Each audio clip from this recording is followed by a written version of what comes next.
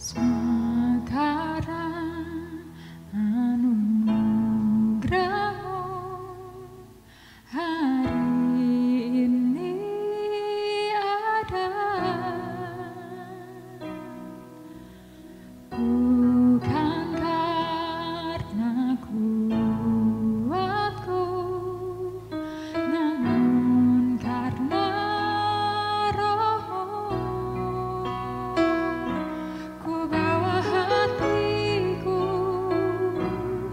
penyembahanku,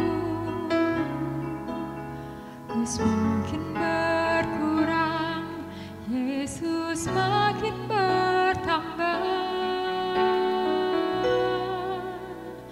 Mengikut Yesus, itulah kesukaan hatiku. Ku lepas semua hakku untuk mengenal kehendak-Nya di hidupku. Mengiring Yesus, itulah kekuatan hidupku. Ku yakin anugerah-Nya mampu jadikanku hamba yang berkenan selalu. Sekarang anugerah-Mu hari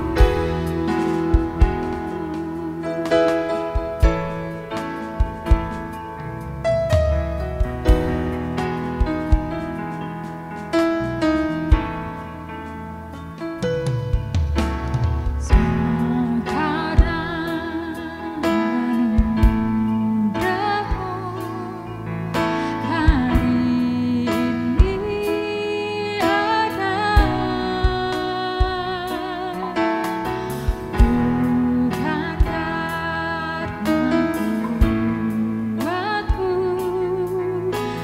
namun karena Roh-Mu. Ku bawa hatiku, penyembahanku, ku semakin berkurang, Yesus makin bertambah. Mengikut Yesus, itulah kesukaan hatiku. Ku lepas semua hakku untuk mengenal kehendak-Nya di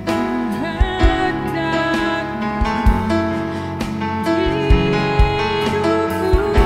Mengiring Yesus, itulah kekuatan hidupku. Ku yakin anugerah-Nya mampu jadikanku hamba yang berkenan selalu.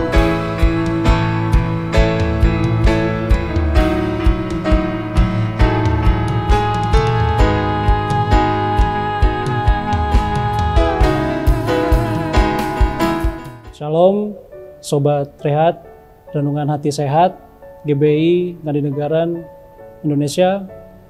Pada hari ini kita kembali lagi mendengarkan renungan firman Tuhan dan membaca Alkitab kita. Dan hari ini saya akan membawa kitab Lukas 19 ayat 1 sampai 10. Sebelum kita membacanya, alangkah baiknya kita minta tuntunan Tuhan dengan berdoa. Saya bawa dalam doa. Bapa kami yang ada di dalam surga, kami mengucap syukur atas segala yang Engkau berikan kepada kami, dan saatnya kami bersedia untuk membuka hati kami mendengarkan firman Tuhan, merenungkan firman Tuhan, dan kami mengambil pelajarannya untuk supaya kami tetap diselamatkan oleh Kristus dan kami hidup di dalam firman-Mu ya Tuhan. Inilah doa kami, tuntunlah kami supaya kami bisa hidup sesuai dengan rencana Tuhan. Di dalam nama Tuhan Yesus, kami telah selesai berdoa. Amin. Pada kesempatan pada hari ini, saya akan menjelaskan sesuatu yang sangat spesial bagi kehidupan kita sebagai manusia, karena banyak sekali pelajaran-pelajaran kehidupan yang mungkin kita bisa ambil pelajarannya di dalam firman Tuhan untuk menumbuhkan iman kita. Saya ambil di dalam Lukas 19 ayat 1 sampai yang ke-10. Lukas 19 ayat 1 sampai 10 saya akan membacakan untuk kita semua. Judulnya yaitu Zakeus. Yesus masuk ke kota Yeriko dan berjalan terus melintasi kota itu. Di situ ada seorang bernama Zakeus, kepala pemungut cukai, dan ia seorang yang sangat kaya. Ia berusaha untuk melihat orang apakah Yesus itu. Tetapi ia tidak berhasil karena orang banyak, sebab badannya pendek. Maka berlarilah ia mendahului orang banyak, lalu memanjat pohon ara untuk melihat Yesus yang akan lewat di situ. Ketika Yesus sampai ke tempat itu, ia melihat ke atas dan berkata, "Zakeus, segeralah turun, sebab hari ini aku akan menumpang di rumahmu." Lalu Zakeus segera turun dan menerima Yesus dengan sukacita. Tetapi semua orang yang melihat hal itu bersungut-sungut. Katanya, ia menumpang di rumah orang berdosa. Tetapi Zakeus berdiri dan berkata kepada Tuhan, "Tuhan, setengah dari milikku akan kuberikan kepada orang miskin, dan sekiranya ada sesuatu yang kuperas dari seseorang akan kukembalikan 4 kali lipat." Kata Yesus kepadanya, "Hari ini telah terjadi keselamatan kepada rumah ini, karena orang ini pun anak Abraham." Ayat terakhir, sebab anak manusia datang untuk mencari dan menyelamatkan yang hilang. Anak manusia datang untuk mencari dan menyelamatkan yang hilang. Saya rasa ayat ini sangat luar biasa, di mana Tuhan sendiri datang ke dalam dunia dan mencari orang yang hilang. Saya merasa di sini bahwa setiap penonton yang menonton video ini, mendengarkan renungan ini, dan termasuk saya merupakan orang yang hilang. Mungkin kita tidak hilang di dalam keluarga kita, atau mungkin kita tidak hilang di dalam persahabatan kita. Tetapi sesungguhnya kita merupakan manusia yang hilang di hadapan Tuhan. Karena adanya dosa yang kita perbuat di dalam kehidupan kita. Itu sebabnya ada perpisahan antara Tuhan dengan manusia. Dan kita bisa merasakan hal tersebut di dalam kehidupan kita. Tapi saudara perlu tahu, dari cerita Zakeus ini merupakan cerita yang sangat luar biasa, yang dimana Tuhan Yesus datang ke dunia mencari orang berdosa dan tidak melihat reputasi dari seseorang. Tidak pernah melihat dari penampilan. Apakah dia cantik, apakah dia ganteng, atau apakah dia jelek. Tuhan tidak melihat hal tersebut. Kita perlu tahu bahwa Tuhan Yesus tidak juga pernah mencari orang yang hilang sesuai dengan opini publik. Kita mengerti di sini bahwa latar belakang kisah Zakeus merupakan kepala seorang pungut cukai dan seorang yang sangat kaya. Hal tersebut membawa pemahaman kepada banyak orang bahwa Zakeus merupakan orang yang tidak baik, jahat, dan mungkin seorang pengkhianat dan tidak layak dihargai atau memiliki reputasi yang sangat buruk. Namun kita lihat di ayat ketiga ini merupakan pelajaran yang sangat luar biasa, yang di mana Zakeus berusaha untuk mencapai dan mendekat kepada Tuhan Yesus sendiri. Kita bisa membacanya di ayat yang ketiga, dikatakan di situ bahwa Zakeus sendiri berusaha untuk melihat orang apakah Yesus itu. Tetapi ia tidak berhasil karena orang banyak, sebab badannya pendek. Di sini kita bisa melihat ada tantangan yang dihadapi oleh Zakeus untuk mendekat kepada Kristus. Di sini ada berbagai perjuangan yang harus dilakukan Zakeus untuk melihat Yesus lebih dekat. Di sini kita bisa melihat bahwa terkadang kehidupan kita juga memiliki tantangan dan hambatan untuk lebih dekat kepada Kristus. Mungkin mungkin ada beberapa hal yang bisa kita pelajari mengapa kita tidak dekat dengan Kristus. Yang pertama yaitu kesombongan. Alkitab mengajarkan kepada kita bahwa kesombongan itu merupakan kekejian bagi Tuhan. Dan ini berarti bahwa kesombongan merupakan cara di mana orang banyak nggak bisa atau tidak bisa mendekat kepada Kristus. Kemudian Alkitab juga menjelaskan di mana Tuhan menentang orang yang congkak dan mengasihani orang yang rendah hati. Dan di dalam Alkitab juga dijelaskan, barang siapa meninggikan, ia akan direndahkan, dan barang siapa merendahkan diri, ia akan ditinggikan. Dan Tuhan Yesus juga menjelaskan bagaimana kita memiliki iman yang teguh, harus seperti anak kecil, yang dimana kita tidak melakukannya sesuai dengan nalar kita. Kemudian yang kedua adalah penyembahan berhala. Saat ini manusia menyembah dirinya sendiri. Mungkin penyembahan berhala tidak seperti penyembahan berhala pada zaman dahulu, dewa-dewi yang ada. Tetapi mungkin manusia sekarang menyembah dirinya sendiri. Kita bisa melihat bahwa penyembah-penyembah sekarang itu lebih unik. Mungkin kita memiliki mobil yang lebih baik dan kita lebih mengejar kekayaan kita dan sebagainya. Dan saudara dan sobat-sobat perlu tahu bahwa Alkitab mengajarkan di dalam Wahyu 21 ayat 8 bahwa Alkitab menjelaskan penyembah-penyembah berhala dan semua pendusta, mereka akan mendapat bagian di dalam lautan api yang menyala-nyala oleh api dan belerang. Di dalam Wahyu 21 ayat 8. Artinya Tuhan sangat membenci penyembah berhala. Yang ketiga mungkin yang kita bisa rasakan jauh dari Tuhan, yaitu hidup dalam keduniawian. Kita mendapat semua hikmat. Kita mendapatkan semua filosofi-filosofi yang berasal dari kampus, universitas, dari seluruh dunia. Mungkin kita punya minyak di Timur Tengah, atau mungkin kita punya emas di Afrika, atau kita memiliki semua apa yang ada di dalam dunia ini. Tetapi sobat-sobat perlu tahu di dalam Matius 16 ayat 26 dikatakan bahwa Yesus berkata, apa gunanya memperoleh seluruh dunia tetapi kehilangan nyawanya? Dan apa yang diberikannya sebagai ganti nyawanya? Dan di sini kita tahu bahwa Tuhan itu melakukan permusuhan dengan manusia, dan Alkitab menjelaskan hal tersebut. Istilah kata dunia itu merupakan sistem yang dimana sistem tersebut menjelaskan adanya kegiatan atau adanya rancangan-rancangan kejahatan di dalam kehidupan kita. Dan terkadang mungkin kita sekarang ini mempromosikan hal-hal dunia dalam kehidupan kita, seperti kesombongan, keserakahan, dan kadang sifat-sifat materialistis, kemudian ada iri hati, kecemburuan, dan lain-lain. Dan itu justru menghambat kita untuk datang kepada Kristus. Saya merasa bahwa hal ini menjadi satu alasan di mana kita akan sulit sekali menjadi seorang Kristen. Karena kita betul-betul harus berbeda dengan sistem dunia yang dunia tawarkan kepada kita. Dan yang keempat, mungkin hal yang membuat kita tidak bisa mendekat kepada Kristus, yaitu dosa-dosa rahasia yang mungkin menjadi rahasia bagi kita. Kita bisa lihat di dalam Mazmur 90 ayat 8 bahwa Engkau menaruh kesalahan kami di hadapanmu, dosa kami yang tersembunyi dalam cahaya wajahmu. Di sini pemazmur menjelaskan di mana hati kecil, dia menginginkan supaya Tuhan bisa memperbaiki setiap kesalahan-kesalahan di dalam hati kecilnya, yang artinya kita tidak bisa menjaga kerahasiaan dari Tuhan. Tuhan tahu setiap rahasia kita. Kita tidak akan mungkin bisa menghilangkan setiap dosa-dosa yang ada di dalam hati kita, karena dosa yang ada di dalam hati kita membawa kita kepada dosa yang lebih besar. Yang kelima adalah kebenaran diri sendiri atau self-righteousness, merupakan hal yang menjauhkan diri kita dari Tuhan karena kita merasa bahwa kita hidup sudah benar. Kita merasa kita hidup sudah berhikmat. Kita merasa bahwa hidup kita tidak perlu lagi Tuhan di dalam kehidupan kita. Dan itu melanggar hukum Tuhan karena kita sudah berbohong kepada Tuhan. Dan itu merupakan pelanggaran yang kita lakukan kepada kehidupan kita. Dan saat ini kita bisa melihat ya, ada banyak tantangan yang kita bisa hadapi di dalam kehidupan kita. Kita bisa melihat sebuah perjuangan yang harus kita lakukan dalam kehidupan kita. Namun kita perlu tahu, di sini cerita selanjutnya ada panggilan pribadi yang terjadi seperti Zakheus.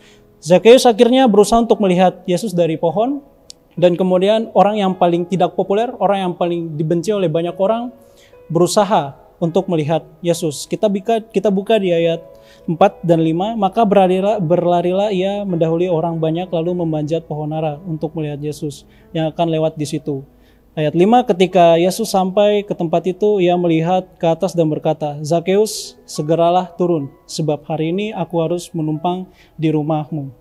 Di sini merupakan pelajaran yang sangat luar biasa, pelajaran yang sangat penting, di mana Tuhan Yesus memanggil Zakheus di dalam kehidupannya dia.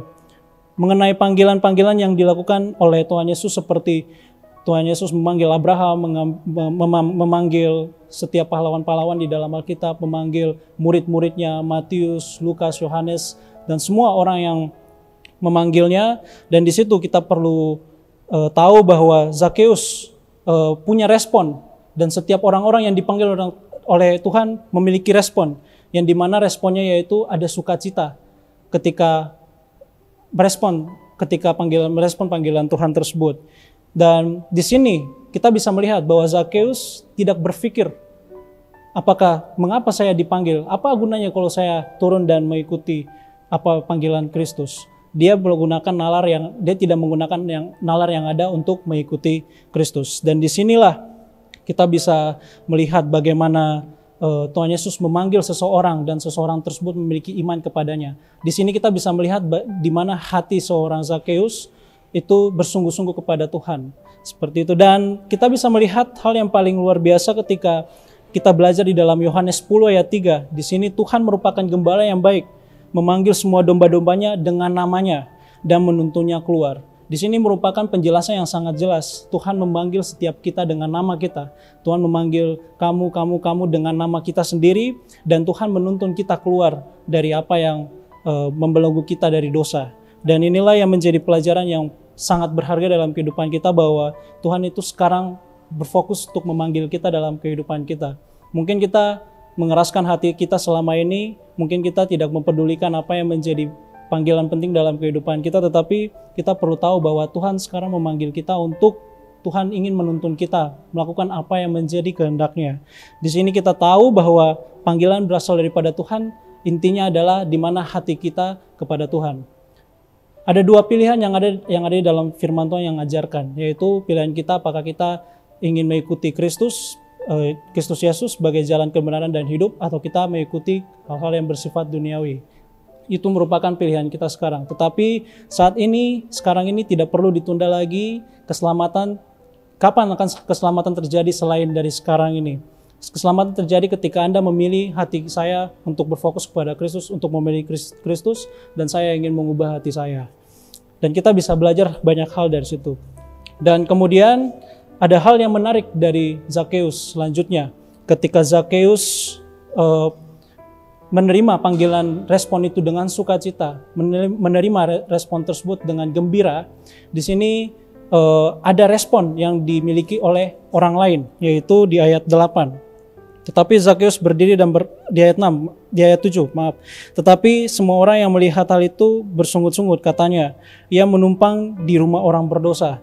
Di ayat 8, tetapi Zakheus berdiri dan berkata kepada Tuhan, Tuhan, setengah dari milikku akan kuberikan kepada orang miskin, dan sekiranya ada sesuatu yang kuperas dari seseorang akan kukembalikan 4 kali lipat. Di sini saudara-saudara perlu tahu bahwa bagaimana hati seorang Zakheus membuka hati seorang Zakheus kepada Tuhan, menerimanya di dalam kehidupannya. Zakheus di sini membuka secara publik, secara umum, bahwa dia menerima Kristus sebagai Tuhan. Kita bisa melihat juga firman Tuhan mengajarkan bahwa kepadanya biarlah Kristus masuk dalam hatimu untuk mengisi setiap kekosongan dan dalam kehidupanmu dan hatimu. Semua apapun yang ada di dalam kehidupan kita, mungkin hal bersifat materialistis, hawa nafsu, seks bebas, merokok dan segala macam itu tidak bisa memuaskan kita. Cuma Kristus yang ada di dalam hati kita yang bisa memuaskan kehidupan kita. Ada hal yang menarik dari setiap pelajaran kehidupan yang ingin saya bagikan kepada sobat-sobat sekalian yang menonton pada hari ini, yaitu pelajaran pertama, kita harus bertobat kepada Tuhan. Kita memiliki setiap pelanggaran-pelanggaran, kita memiliki setiap dosa yang ada di dalam kehidupan kita, dalam hati kita. Mungkin kita tidak memiliki hati yang tertuju kepada Tuhan, tetapi berdoalah kepada Tuhan. Berdoalah supaya dosa-dosa saya diampuni. Berikanlah hatimu kepada Tuhan, berikanlah hati kita kepada Tuhan. Bukalah hati kita kepada Tuhan, untuk Tuhan masuk ke dalam hati saya dan merubah, mentransformasi dari hidup lama ke hidup baru, sehingga kita bisa memiliki iman yang baik dan iman yang bertumbuh. Yang kedua adalah ketika kita memiliki iman yang bertumbuh, kedua adalah dengan iman yang menerimanya dengan sukacita. Berkomitmen total untuk mengikuti Kristus merupakan hal yang sangat penting dalam kita mencapai tujuan kita untuk mencapai sebuah kekekalan atau kerajaan surga ke depannya. Dan yang ketiga adalah bersedia mengikutinya dan menjadi muridnya. Ingat, pelajaran yang kita pahami sekarang ini yaitu bagaimana menjadi seorang muridnya. Ya, menjadi seorang murid artinya ada pembelajaran, di mana perlu adanya kedisiplinan dan ketekunan. Biarlah kita selalu bertumbuh dan mendapat pengenalan akan Kristus setiap hari untuk selalu berdoa dan membaca firman-Nya. Kedisiplinan dan ketekunan ada ketika kita ingin selalu menjadi murid Kristus, ingin selalu meneladani apa yang Tuhan Yesus lakukan dalam firman-Nya. Itu sebabnya jangan pernah berhenti untuk membaca firman Tuhan, meminta tuntunan Roh Kudus untuk kita hidup sesuai dengan apa yang Tuhan inginkan dalam kehidupan kita. Biarlah kita menerima Kristus dalam hati kita, biarlah kita membuat komitmen dalam hati kita, dan kita berkomitmen untuk selalu mengasihi orang lain dan mengasihi Tuhan dengan segenap hati dan segenap jiwa kita. Dan untuk itu, marilah sama-sama kita berdoa, kita minta tuntunan Roh Kudus untuk menutup renungan pada hari ini. Mari kita berdoa. Bapa kami yang ada dalam surga, kami mengucap syukur, kami telah mendengarkan firman-Mu. Pada hari ini, firman-Mu sangat luar biasa mengajarkan kami untuk memiliki hati seperti Zakheus. Mungkin kami merasa bahwa kami memiliki kelemahan yang sangat besar, yang sangat banyak, kami memiliki dosa yang mungkin mustahil untuk kita bisa diampuni, tetapi biarlah kami bisa membuka hati kami bisa memperoleh Kristus dalam kehidupan kami, sehingga kami bisa selalu dekat dengan Tuhan, kami selalu bisa berjalan bersama-sama dengan Tuhan, dan Tuhan selalu memimpin kami untuk memiliki hidup yang lebih baik. Biarlah ini menjadi firman Tuhan yang bisa memberkati kami dan memberkati banyak orang. Inilah doa kami di dalam nama Tuhan Yesus, kami telah selesai berdoa dan mengucap syukur kepadamu. Amin. Tuhan memberkati.